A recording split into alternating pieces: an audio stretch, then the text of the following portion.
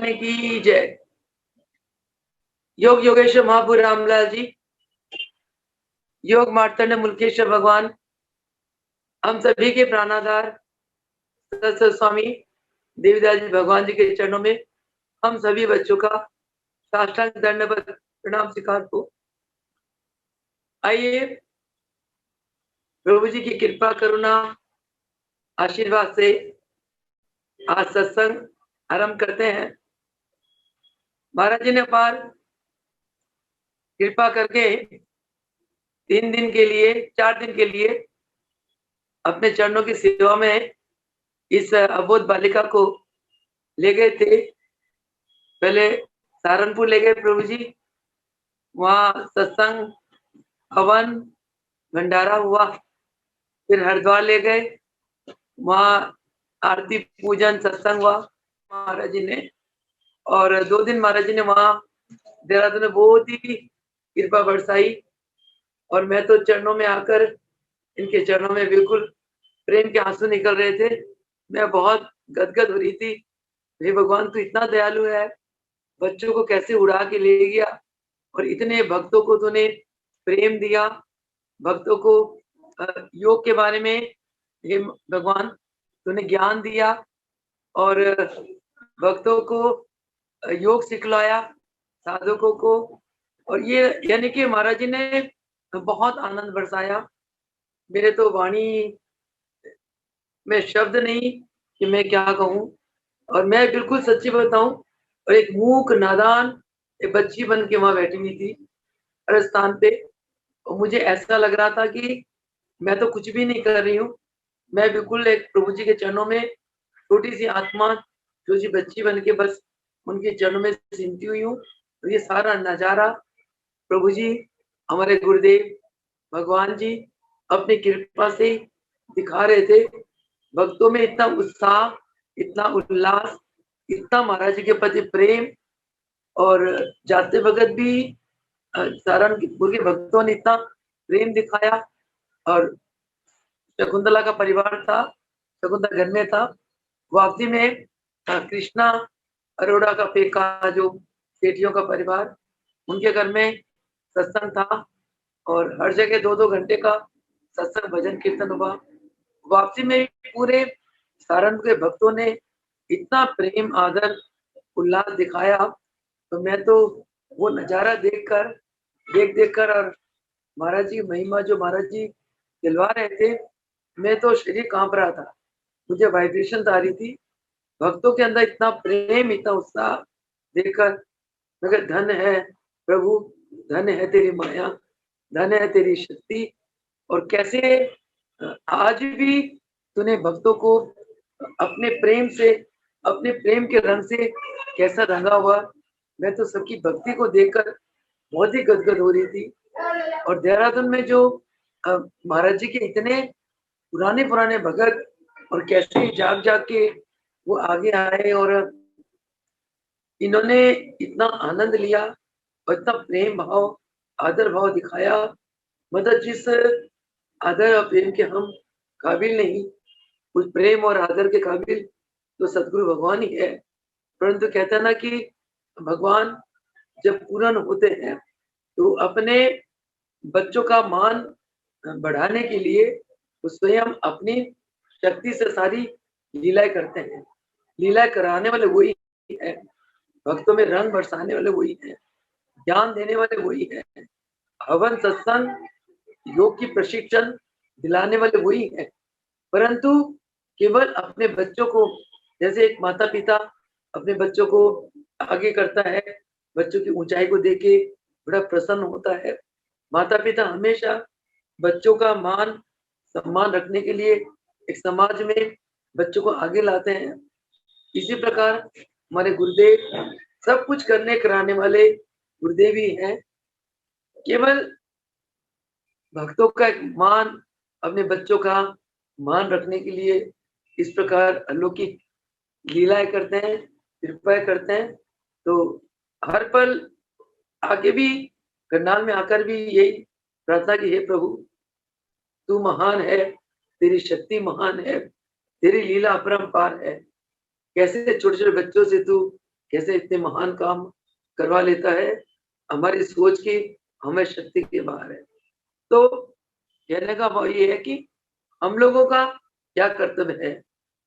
गुरु शिष्य के द्वारा इतनी महानता से महान कार्य करवाए, परंतु शिष्य का एक ही ध्येय होना चाहिए कि वो अपनी वृत्तियों को संजोए रखे, अपनी चित्त की वृत्तियों को अपने प्राणों में, अपने चित्त में समाये रखे, ताकि वो शिष्य सूक्ष्म रूप में अपने गुरु के चरणों से बिल्कुल चिपटा रहे, गुरु के चरणों से लिपटा रहे।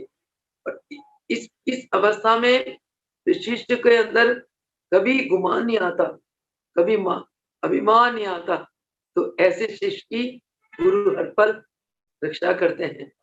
ऐसा आशीर्वाद वरदान योग योगेश्वर मुल्केश्वर भगवान ने हमारे देवी दयाल महाराज जी को दिया था कि बेटा पूरे संसार में समुद्र पवन की भांति तेरी यश कीर्ति फैलेगी, तेरी महिमा का गुणगान होगा, परंतु महाप्रभु रामलाल जी और हम तुम्हारी हमेशा रक्षा करेंगी।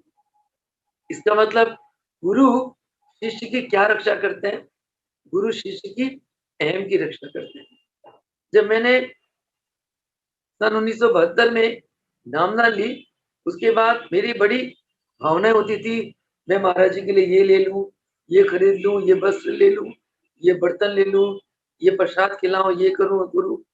एक दिन महाराज जी ने मेरी भाव को देख के कहा, फरमाया कि बेटी तू सोचती है कि मेरा गुरु जो है ना, इस संसारिक चीजों से रिझ जाएगा, संसारिक बस मेरा गुरु प्रसन्न हो जाएगा, पर बेटा मैं तो तब प्रसन्न होऊंगा कि तू अपनी अहम मुझको दे दे और मेरे से सब ले ले।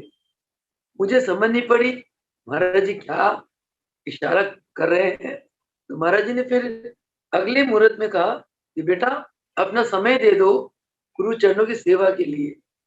तब मैं सोचती थी कि मैं सुबह से दोपहर तक तो पढ़ाती हूँ स्कूल में, बाद में कॉलेज में पढ़ाने लग गई, और फिर उसके बाद पीएचडी करने जाती हूँ, तो मेरे पास तो समय नहीं है, मैं कब सेवा करूंगी। गुरुदेव ने ऐसी कृपा करी कि उन कार्यों के बीच में भी मुझे सेवा के लिए गुरुदेव ने अपने चरणों में खींचा, और जब सेवा की लगन लग गई तो मेरे अंदर से पढ़ाई और नौकरी के प्रति भावना बिल्कुल निम्न हो गई।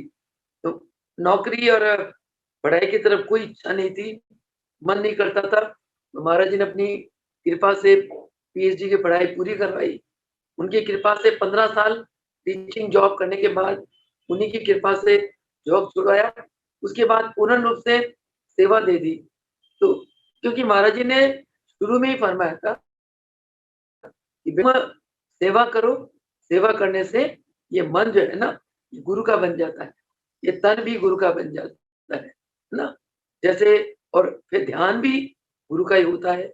एक कवि ने लिखा है, ये मन गुरु का हो जाए, ये तन गुरु का हो जाए, इन श्वासों में सतगुरु का निवास सदा हो जाए। प्रभु जी करो कृपा, प्रभु जी करो कृपा।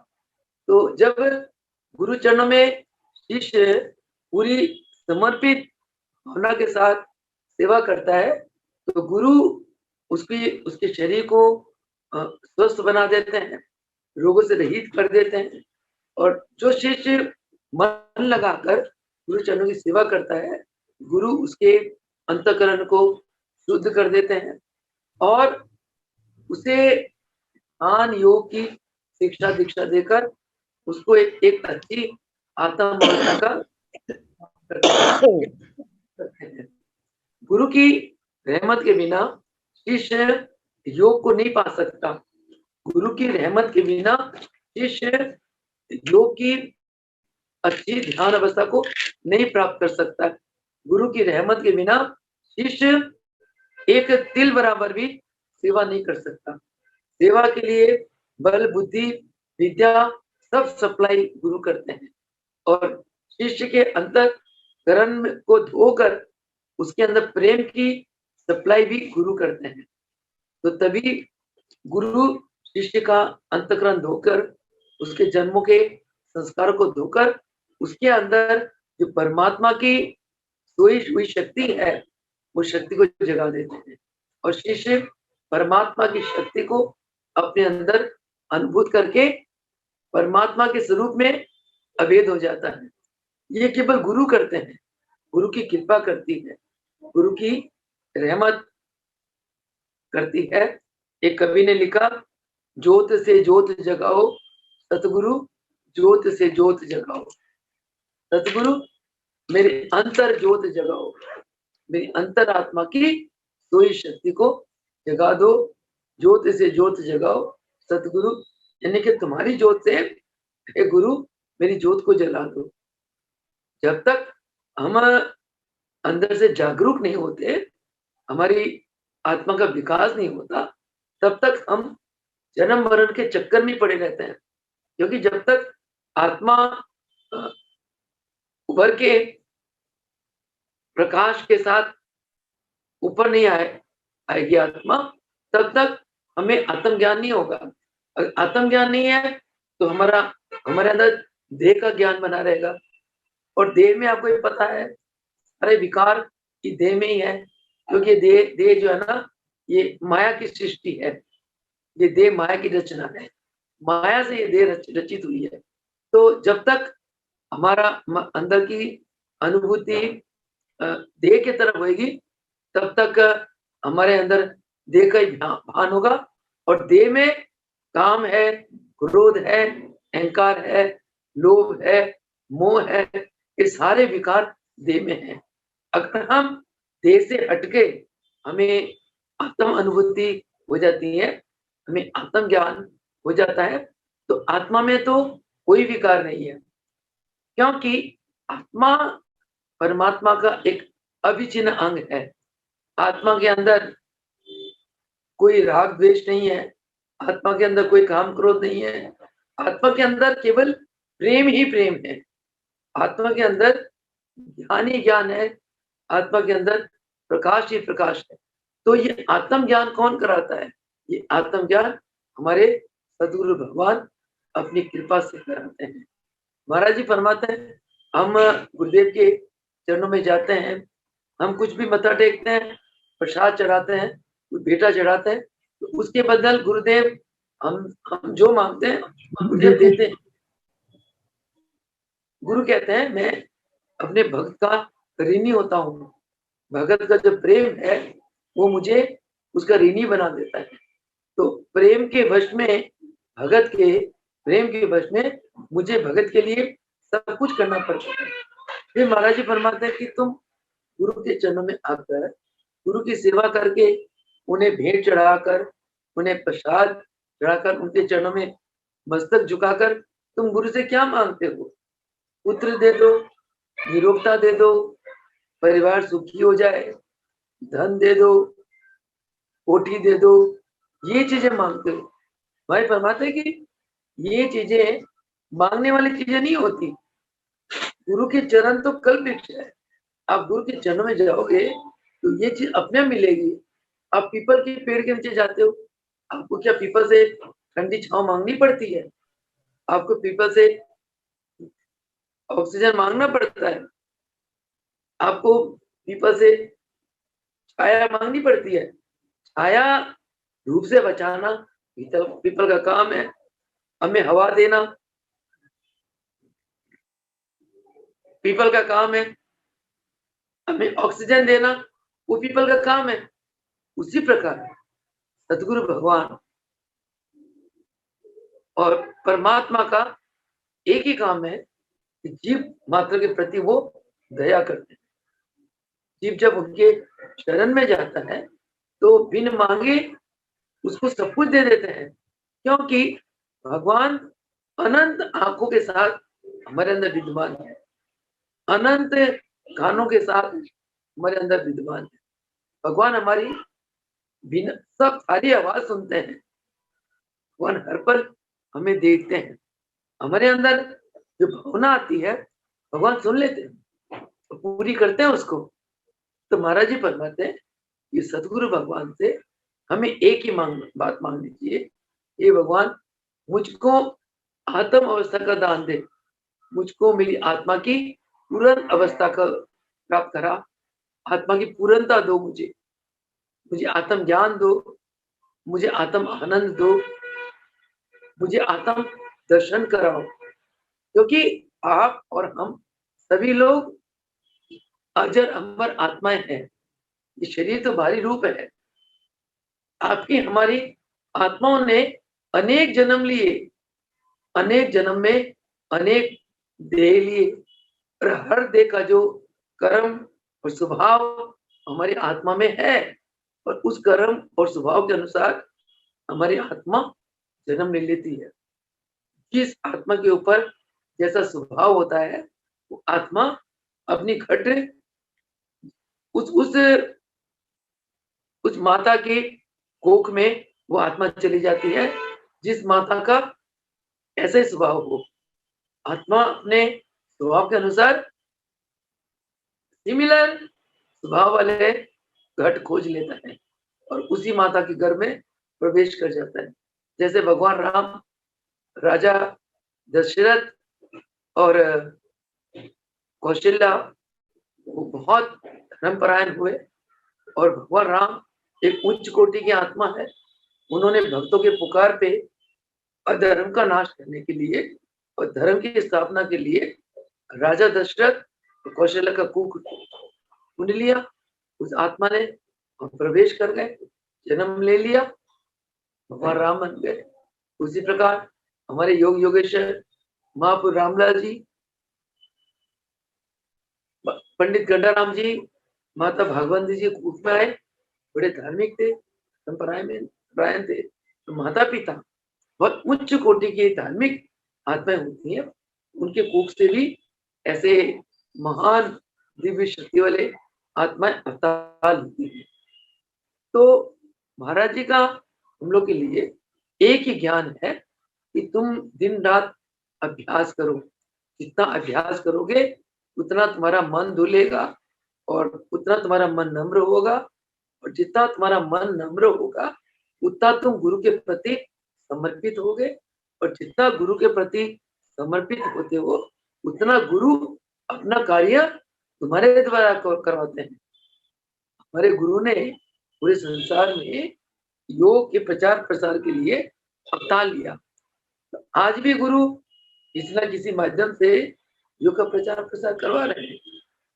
गुरु कौन सा माध्यम लेते हैं?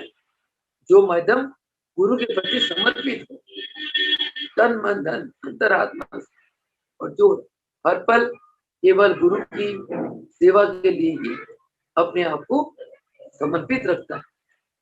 ये सब गुरु की रहमत, गुरु की कृपा, गुरु की दया का फल है। और हमारे गुरुदेव सबके ऊपर दया करते हैं। एक भगत मुझे ऐसा नजर नहीं आता जो कहता होगा कि मुझ पे तो गुरु की दया नहीं है।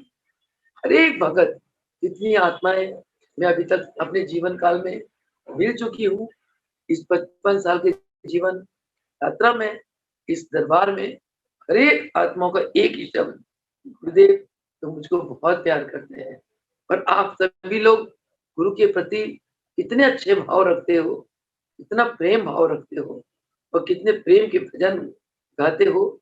ये आप नहीं गाते, आपके द्वारा गुरुदेव गाते हैं, और गाकर आपके अंतःकरण को शुद्ध करते हैं, आपको भगवान के नजदीक ले जाते हैं।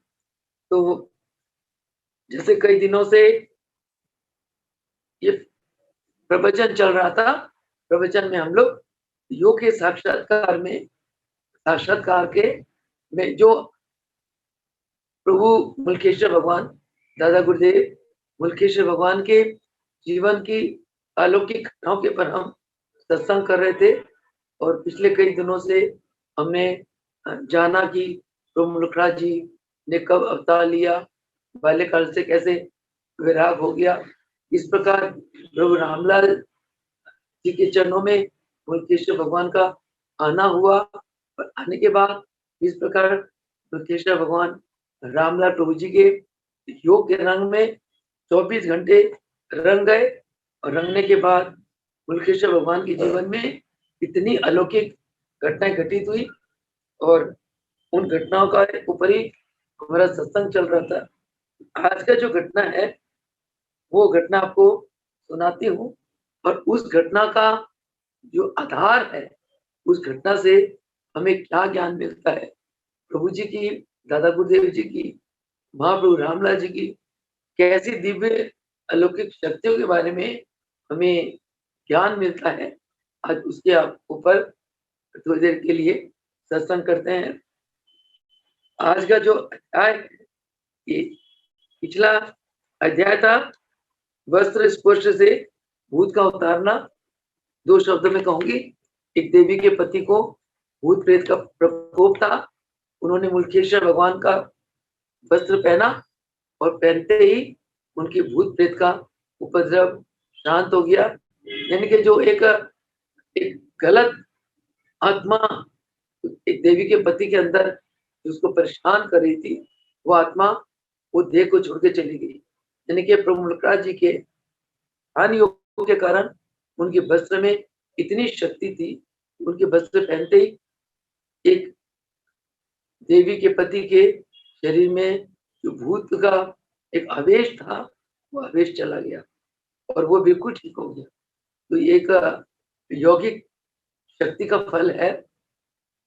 आज जो घटना है वो है शाह मदार फकीर।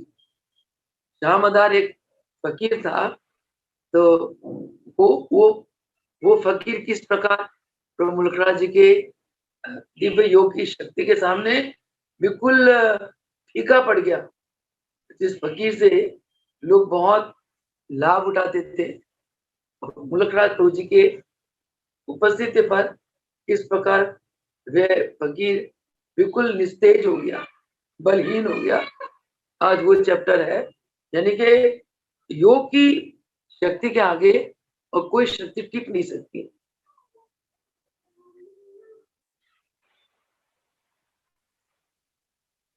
ये है एक दिन सायंकाल ये समय लाला नारायण दास नामक एक सज्जन श्री योगेश्वर मुल्केश्वर महाराज जी से बाजार में मिले और प्रेम से बारंबार आग्रह करके उन्हें नमक मंडी के निकट एक ऐसे मकान में ले गए जहां की शाह मदार नमक फकीर एक देवी के शरीर में प्रत्येक 8 दिन पश्चात आवेश में प्रकट होते थे। तो उस समय उस देवी से कष्टों की निवृत्ति का उपाय पूछने के लिए अनेक नर नारी भक्त आते थे। जब आप जाकर वहां बैठे, आपसे पूर्व ही बहुत से स्त्री पुरुष एकत्रित हो चुके थे। आपका मतलब दादा गुरुदेव। उस देवी के शरीर घट में प्रवेश होने के लिए आकाश मार्ग से सूक्ष्म शरीर वाले एक फकीर आते हुए जब आपको दृष्टिगोचर हुए तो आप जी ने उस फकीर की ओर ध्यान पूर्वक देखा। आप जी की दृष्टि पड़ते ही वे फकीर वहीं कहीं अंदर ध्यान हो गए। कुछ देर बाद उस देवी ने कहा, यहाँ ऐसे कौन योगी शरीर है जिनके विशेष तेज प्रभाव के कारण हमारे महात्मा मकान के भीतर प्रवेश करने से बाहर ही रुके हुए हैं। तब आप की ओर संकेत करते हुए लाला नारायण दास जी ने कहा, ये हमारे गुरु भ्राता मुल्कराज जी हैं जो बंद आके मस्ती में बैठे हैं। इन्हीं पर आनंद कंद महाप्रभु रामलाल जी का विशेष अनुग्रह है। अतः इन्हीं के तेज प्रभाव के कारण फकीर महाराज रुक गए होंगे। तब वहां पर उपस्थित भक्त समाज की दृष्टि और वृत्ति आपकी ओर आकर्षित हुई।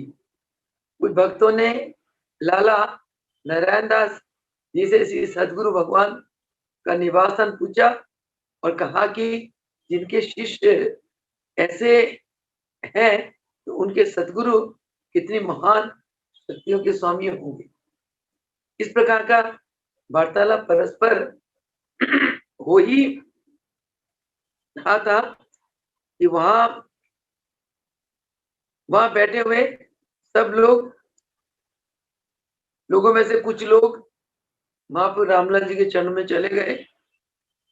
तब आपने स्थान में बैठे हुए अपने से सद्गुरुदेव से पूछा, महाराज ये आकाश मार्ग से सूक्ष्म शरीर द्वारा आने वाला फकीर आपके बालक के घट से निकली हुई दिव्य शक्ति को देखकर ही चौंक कर लुप्त हो गए, ऐसा क्यों?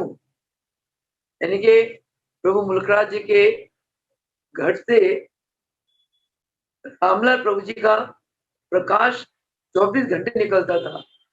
वो जो फकीर है, रामदार फकीर है, जो उस देवी के शरीर में आकाश मार्ग से आने लगा, उसने मुल्केश्वर भगवान के घट में रामलाल प्रभु जी का प्रकाश देख लिया और देखकर अपने आप को बलहीन मानते हुए उस देवी के मकान के बाहर ही रुक गया। तभी वो देवी हैरान हो गई कि अरे आज हमारे महाराज मेरे घर में प्रवेश क्यों नहीं कर रहे, मेरे मकान के बाहर रुक गए। तो लाला नारायण दास जी को पता था रामलाल प्रभु जी की शक्ति के बारे में और मुल्कराज प्रभु जी के अवस्था के बारे में। तो लाला नारायण दास ने कहा कि हमारे भ्राता मुल्कराज जी के ऊपर रामलाल प्रभु जी का विशेष कृपा है, हो सकता है वो यहाँ विराजमान है, इसलिए रामदार फकीर मकान के अंदर प्रवेश करने में असमर्थ है। उनको बाहर सूक्ष्म शरीर में बाहर मकान के बाहर रुका हुआ देखा तो मुल्केश्वर भगवान ने रामलाल प्रभु जी से पूछा, प्रभु ये फकीर मकान के बाहर क्यों खड़ा हुआ है? तब उत्तर में आनंद कर महाप्रभाया कि पुत्र जो योग अवस्था से वंचित रहकर मंत्र तंत्र आदि के प्रभाव और विपरीत प्रयोग से अधोगति प्राप्त होते हैं, वे ही साधारण शरीरों में प्रवेश कर इस तरह प्रकट होते हैं। यानी कि जो तांत्रिक होते हैं, मंत्र तंत्र आदि के प्रभाव और मंत्र तंत्र के विपरीत प्रयोग से अधोगति के प्राप्त होते हैं, तो वो आत्माएं ऐसे साधारण नर नारी के अंदर प्रवेश कर जाती है। प्रवेश करके जो लोग उनसे कुछ भी पूछते हैं वो बता देते हैं साधारण। परंतु ये जहाँ योगी बालक बैठे होते हैं तो ऐसे तांत्रिक आत्माओं की हिम्मत नहीं होती उनके पास आने की। अतः तुम्हें इस स्थान से इसी कारण चलना चाहिए। यहाँ पर जो लोग अपने कष्ट आदि के संबंध में पूछना है उनके इस कार्य में रुकावट ना पड़े। तो उसने कहा, बेटा आपके अंदर तो योग की शक्ति है, जहाँ योग की शक्ति होती है वहां ऐसे छोटी मोटी आत्माएं नहीं टिक सकती। तो काफी लोग उस देवी से अपने कष्ट निवृत्ति के उपाय पूछना है। बेटा जब तक तुम यहाँ बैठे रहोगे तो वो रामदास की जो है वो इस देवी के घट में नहीं प्रवेश कर पाएगा। और जो लोग अपने कष्ट निवृत्ति के लिए आए हैं पूछने, उनको बाधा विघ्न पड़ेगा। बेटा तुम यहाँ से चले। तब आप अपने यानी कि दादा गुरुदेव मुल्केश्वर भगवान जी ने अपने प्रभु जी का आशीर्वाद लिया और उत्थान अवस्था प्राप्त करके उस मकान से चले गए। लाला नारायण दास जी आपके पीछे पीछे चले आए और बाहर जाकर पूछा, माता जी आपने ध्यान में क्या देखा? तब उपरोक्त वृत्तांत को सुनकर लाला नारायण दास जी ने कहा, हमने भी उपस्थित धर्म समाज के पूछने पर यही कहा था, हमारे भ्राता जी के कारण फकीर को रुकना पड़ा होगा। इन्हीं पर पूर्ण कृपा है। नारायण दास ने पूछा कि मुलकेश्वर भगवान को पूछा कि आप राता जी आप अंदर ध्यान में बैठे क्या देख रहे थे? मुलकेश्वर भगवान ने ये बात बता दी कि रामलाल प्रभु जी ने मुझे ऐसे कहा, मेरे कारण वो फकीर वहां रुक गया। तो नारायण दास ने कहा कि भाई मैंने भी सब उपस्थित दर्शनार्थियों से यही कहा कि प्रभु जी एक अनन्य कृपा पात्र आत्मा जो योगी आत्मा है तो यहाँ विराजमान है, यहाँ उपस्थित है। इसलिए वो फकीर जो तांत्रिक था, जो तंत्र मंत्र के द्वारा लोगों की संचय निवृत्ति करता था, तो वो फकीर वहीं रुक गया। तो नारायण दास ने मुलकेश्वर भगवान को बताया, मैंने भी सबको यही कहा। इसके बाद स्वामी जी तो अपने स्थान पर आ गए, मुलकेश्वर भगवान अपने निवास स्थान पर आ गए, परंतु नारायण दास जी कुछ पूछने के विचार से फिर अंदर भगत समाज में जाकर बैठ गए। दूसरे दिन वहां पर उपस्थित भक्त समाज में से कुछ भक्तों ने आनंद कर प्रभु जी के चरण कमलों में आकर उनको शिष्य बनाने के लिए प्रार्थना की, और उनमें से कुछ अधिकारी भगत को कुछ भक्त को अधिकारी जानकर प्रभु रामलाल जी ने अपने मंत्र से दीक्षा दे दी, दीक्षित कर दी। तो कहने का भाव यह है कि योग शक्ति जो है ना वो सबसे महान है। योगी गुरु सबसे महान है। योगी गुरु और योग शक्ति इसके समान संसार की कैसे भी गुरु हो, कैसी भी शक्तियां हैं, सब तुच्छ हैं। इसीलिए हमें योग मार्ग को अपनाना चाहिए, कभी योग मार्ग से हमें भटकना नहीं चाहिए। चाहे हमारी मनो की इच्छा पूरी हो या नहीं हो, हमारे अपने कर्म संस्कार होते हैं, वक्त होता है, टाइम इज ए फैक्टर। और अगर हमारे जीवन में कुछ हमें प्राप्त हो या ना हो, हमें हिम्मत नहीं हारना चाहिए। हमें अपना भटकाव दाया बाया कहीं नहीं करना चाहिए। कि आपके जीवन में इतने महान से महान संत आए, फिर भी आपका मन उसके प्रति नहीं झुकना चाहिए। हाँ, ज्ञान आप सबसे लो, अच्छी बात है, सबकी सुनो। जो कुछ महापुरुष लोग ज्ञान देते हैं, सबकी अपनी अपनी अनुभूतियां होती हैं। उनमें से जो आपकी मन आपकी जो भले की जो बातें हैं, जिससे आपका कल्याण हो, उन बातों को अपना लो और बाकी बातें छोड़ दो। परंतु श्रद्धा, आस्था, विश्वास एक अपने गुरु के चरणों में। और धर्म ग्रंथ भी कहते हैं योग विद्या उच्चतम विद्या है।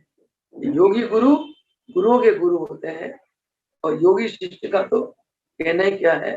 कहते हैं कि योगी शिष्य को 33 कोटि देवी देवता नमन करते हैं, परंतु वो शिष्य अपने गुरु के चरणों में तन मन धन से समर्पित होना चाहिए। प्रभु मुलखराज जी के जीवन की इस घटना से हमें यही ज्ञात होता है, ये ज्ञान लेना चाहिए, अपने गुरु के द्वारा को छोड़कर हमें कहीं नहीं जाना चाहिए। क्योंकि योगी गुरु को गुरुओं के गुरु कहा गया, और 33 कोटि देवी देवता योगी गुरु की पूजा करते हैं। ब्रह्मा विष्णु महेश, महाप्रभु रामलाल जी, मुलकेश्वर भगवान और सदगुरु देवदयाल भगवान जी की आरती उतार। तो गुरु गीता में भी भगवान शंकर ने मां पार्वती को फरमाया, पति परायण नारी की पति के संग जो प्रीत, गुरु प्रतिमा में प्रीत हो, तैसे मन की रीत। पति परा नारी की, एक पति परा नारी अपने पति के सिवा और किसी का चिंतन नहीं करती, अपने के सिवा किसी तरफ उसका ध्यान नहीं जाता। उसी प्रकार सृष्टि को गुरु के चरणों के प्रति और रखना चाहिए। जो शिष्य केवल गुरु की कार्य को करता है, गुरु का ध्यान करता है, गुरु के नाम का सत्संग करता है, हर पल गुरु के ही यादों में रहता है, वो शिष्य गुरु का अति प्यारा होता है। उस शिष्य को गुरु पूर्ण रूप से रहमत बरसाते हैं। और गुरु गीता में ये भी कहा गया, गुरु आज्ञा पालन करे, अन्य भावना त्याग, श्री गुरु चरण सरोज में अलिसम हो अनुराग। मुख में गुरु के ब्रह्म हो, गुरु की दया महान, दया करे गुरु बरियादी, मिल जाए भगवान। हमारे गुरुदेव तो उनका नाम ही दयालु भगवान, दया के सागर है। हर पल अपने बच्चों पे रहमत ही बरसाते रहते हैं। हम चाहे उनकी रहमत के काबिल हो ना हो, वो दया अवश्य करते हैं। बहुत दयालु भगवान है। ऐसे भगवान की चरणों में बार बार नमन करें, उनकी आज्ञा का पालन करें। और वो उन्होंने जो हमें साधना सिखाई, उस साधना को निष्पत्ति करें। अपने मन के आलस को छोड़े, अपने मन को समझाए कि नित प्रति आसन करो, प्राणायाम करो, यदा कदा क्रियाएं करो, महीने में एक बार ब्रह्मदासन कर लो, खान पान सात्विक रखो, सुबह शाम आरती पूजन करो, और जितना हो सके सुबह शाम दोनों टाइम महाराज जी के, गुरुदेव के ध्यान में बैठो। महाराज जी फरमाते हैं, सेवा, सत्संग, सुमिरन, ध्यान, भजन, इनमें से कोई भी एक कार्य शिष्य के जीवन में चलता रहना चाहिए। ना शिष्य गुरु से दूर है, न गुरु शिष्य से दूर है। जहाँ शिष्य के नजदीक गुरु होते हैं, तो शिष्य संसार में अपने आप को सबसे ज्यादा सुखी और सबसे ज्यादा अभय और सबसे ज्यादा आनंद में महसूस करता है। इसी वाणी के साथ अपनी वाणी को विराम दूंगी। यहाँ आज सत्संग समाप्त करते हैं। कल फिर इस सत्संग में मिलेंगे यहाँ 4:30 से 6:30 तक। तब तक के लिए प्रभु जी को बारंबार साष्टांग दंडवत प्रणाम स्वीकार हो। गुरुदेव भगवान की जय। आप सभी भक्तों को मेरा हाथ जोड़कर नमस्कार। मेरे हाथ जोड़कर आप सभी भक्तों को जय श्री प्रभु जी की। बोलो सदैव भगवान।